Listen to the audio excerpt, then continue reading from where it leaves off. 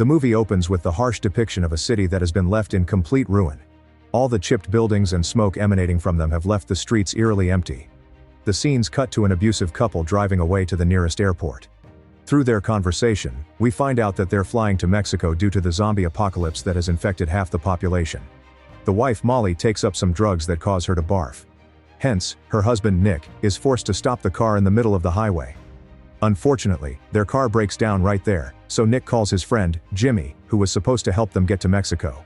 Now, stranded in the middle of nowhere, Nick and Molly start to argue. Suddenly they encounter an infected man coming towards them. Nick takes out his gun from his car and fires multiple rounds. Just when he celebrates his first kill with Molly, the zombie gets back on its feet, revealing that they can't be killed by mere gunshots. The zombie continues to draw closer, so Nick continues shooting at him. Not a single bullet lands on the zombie properly. And on top of that, Nick runs out of bullets. Hence he and Molly lock themselves up in their car. The zombie keeps circling back and forth until night falls, and it refuses to leave their sight. Suddenly it gets disappeared. Molly turns on the headlights and makes sure the zombie has left. Once safe, the couple gets out of the car to get Nick's phone. The second Molly finds the phone, Nick gets attacked by the zombie, who pops out of nowhere and starts to eat Nick's flesh. Screaming in horror, Molly runs away with her bags. The scenes cut to the next day, in which we see Molly contacting Jimmy and asking him to wait a little longer for her. He hangs up on her in frustration, so Molly decides to walk the rest of the way to the airport on foot. Midway through she spots the airplane flying away. She screams in disappointment and gives up. Soon, she regains strength and moves forward. At night, she stops moving forward and decides to rest. She lights a fire and thinks about her son, whom she dearly misses. The moment she falls asleep, she gets attacked by the same zombie that had attacked and devoured Nick. Molly fights for her life and climbs a boulder, where the zombie cannot reach her. When Molly wakes up the next day, she sees that the zombie is still on her tail. She tries to get rid of him, but he won't stop following her. The following day, during the long chase, Molly gets a call from another friend, who gives her a day to get to the airport, or else he will ditch her too. Annoyed by the zombie, Molly runs away and hides in an abandoned house, where she has flashbacks of her son once again. The zombie follows her there too, so she ends up running once again. Throughout the entire day the zombie follows her, which drives her crazy. At one point, she stops getting scared of him and starts arguing with him, which doesn't work out since the zombie can't speak. She lights up a fire at night once again. This time, she lets the zombie sit near her. The following night, a deadly sandstorm strikes both Molly and the zombie, ultimately knocking them unconscious. Molly regains consciousness at the sight of a passing by vehicle. She shouts for help so the vehicle stops and two men come out of it. At first, they offer her water and a helping hand. Upon her insistence, they agree to drive her to the airport. But before that, she realizes that her bags have gone missing. The men act chivalrous and decide to help her find her bags. When they head out in the desert to fetch her bags, she notices bloodstains on the seat covers that make her believe that the men are dangerous. She decides to leave, but the men return and start to misbehave with her. They start pushing her around and pull out their knife to scare her.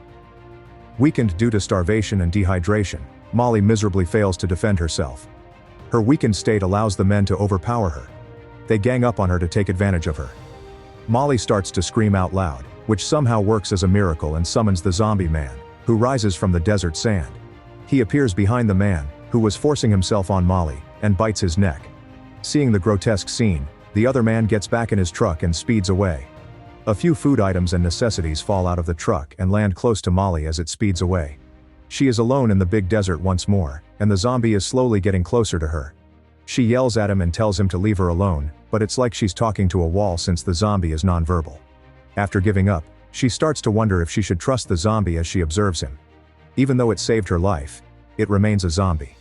In the nearest distance, Molly sees a tiny cart that had also fallen from the truck earlier. She loads it with her bags and starts pulling it. She is too tired to pull the rope correctly. She ultimately chooses to have faith in the zombie after not feeling threatened by him. After she loads the supplies onto the cart and wraps the rope around its neck, the zombie starts to drag it forward. Once again, she begins moving forward, only now she's accompanied by the zombie she once feared. After more arguments, Molly spends another night with the zombie, during which she begins to form an understanding with him. Even though the zombie cannot understand her, she tells him her tragic life story. She admits that she used to be a dancer. Her son was born after she married at a relatively young age. But she gave her son to her sister because she couldn't care for him at that time. He was reared by her sister, and he still resides with her today. Molly expresses how much she misses him. The zombie will now be trained and taught everything, she decides. She will take him with her if he pays attention to her. Otherwise, she will abandon him in the desert. Despite not understanding her, the zombie pays close attention to her the entire time. The next day, both walk their way to the main road, where Molly waits for a passing vehicle so she can hitch a ride. Until she wakes, the zombie sticks by her side. They eventually encounter some military vehicles approaching. Molly quickly ties the zombie with her tube tire and faces the militants alone because she fears the militants might shoot the zombie on the spot to contain the infection. The militants, after seeing her sunburnt body, mistake her for a zombie and point their guns at her, but she surrenders and tries to tell them that she seeks help. However, she doesn't want their help because they might be a threat to the zombie, so she tells them to leave and lies that her husband will be coming to pick her up anytime soon. The militants question her no further, but the zombie spoils everything by emerging behind Molly. They immediately feel threatened and decide to shoot him, but Molly comes in front of him.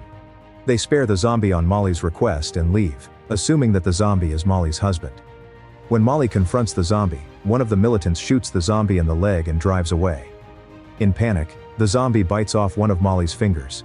She immediately uses a stone to sever the rest of her finger to stop the infection from spreading into the rest of her body. Before moving forward, Molly decides to put the zombie out of his misery after getting shot. Hence, she picks up a giant stone and bludgeons him to death. She finally makes it to the airport, where one of her friends mistakes her for a zombie and shoots at her from his tower. When he confirms that it is Molly, he chats with her from afar and learns that Nick has died at the hands of zombies. He asks Molly to get ready as the plane is about to leave for Mexico. Molly contacts her sister, who is hosting her son, before heading out. Her son sounds scared as he answers the phone. He informs her that there are numerous zombies outside attempting to murder him. Thus, he is stuck inside the house. When Molly hears this, she gets quite concerned and worries that her sister might be dead or infected. She understands that her son is in greater need of her than before. As a result, she decides to see her sister instead of traveling to Mexico. While her friends ditch her and leave for Mexico, Molly gets into a car, battles her way through the zombies, and eventually arrives at her sister's house. Upon arriving there, she finds the place completely ransacked. When she observes that the glass has smeared blood and some messages written with blood all over it, she realizes that her sister and her brother-in-law have been attacked and eaten alive by the zombie. The thought of her sister dying at the hands of zombies pains Molly immensely and breaks her heart.